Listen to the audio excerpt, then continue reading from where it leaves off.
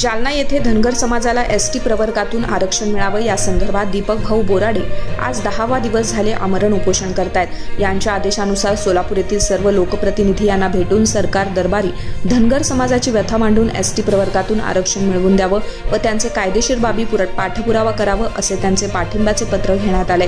यावेळी सकल धनगर समाज सोलापूर आमदार देवेंद्रदादा कोठे यांच्याकडे व शहर उत्तरचे आमदार हे विजय मालक देशमुख, दक्षिणचे आमदार सुभाष देशमुख यांच्याकडे लेखीद्वारे आश्वासन घेण्यात आले। निर्वाचित आमदार भारतीय जनता पार्टीचे माननीय देवेंद्र कोठे यांच्याकडे आले। गेली 75 वर्षापासून धनगर समाजाची मागणी आहे। कालेलकर आयोगाप्रमाणे धनगर समाज अनुसूचित जमातीच्या यादीमध्ये 36व्या क्रमांकाला आहे।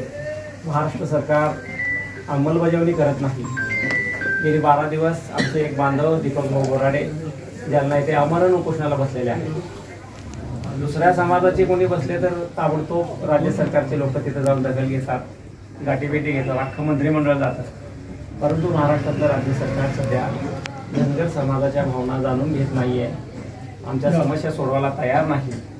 आपण त्या पक्षाचे प्रतिनिधी आहात, आमच्या भागाचे आमदार आहात, तर आमच्या समाजाबद्दल, आमच्या आरक्षणाबद्दल तुमची काय भूमिका आहे तर तुम्ही आम्हाला पाठिंबा देणार असेल तर लेखी पत्रही द्यावं तुमच्या पक्षाकडे, त्या विधानसभेच्या सभागृहामध्ये अशा पद्धतीने पत्रव्यवहार करून कळवावा, विधानसभेमध्ये धनगर समाज आरक्षणाचा आवाज उठवावा या मागणीकरते आज आम्ही सर्व समाज बांधव महाराष्ट्र शासनाचा सोलापूर शहर मध्येचा प्रतिनिधी म्हणून मी आपल्याला आश्वासित करतो की आपल्या धनगर समाजाची जी काही मागणी आहे ते निश्चितच मुख्यमंत्री माननीय देवेंद्र फडणवीस साहेबांपर्यंत पोहोचवून आपण जी भावना आता व्यक्त केली की आपल्या समाजाला न्याय मिळण्यासाठी सगळ्या कायदेशीर बाबीची पूर्तता होत आहे हे आपल्या आता व्यक्त झालेल्या भावनेतून मला समजली। निश्चितच आपल्याकडनं प्राप्त होणारं निवेदन मी त्यासोबत माझंही पत्र मुख्यमंत्री महोदयांना देऊन आपल्या समाजाला आरक्षण एसटीतनं मिळण्यासाठी मी आपल्या सोबत राहीन हा विश्वास मी आपल्या सर्व समाज बांधवांना देतो।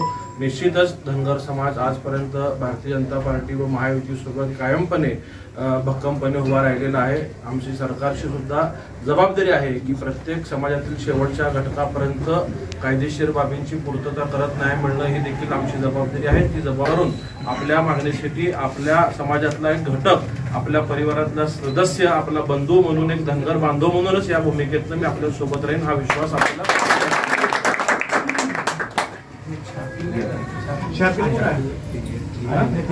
याच आहे।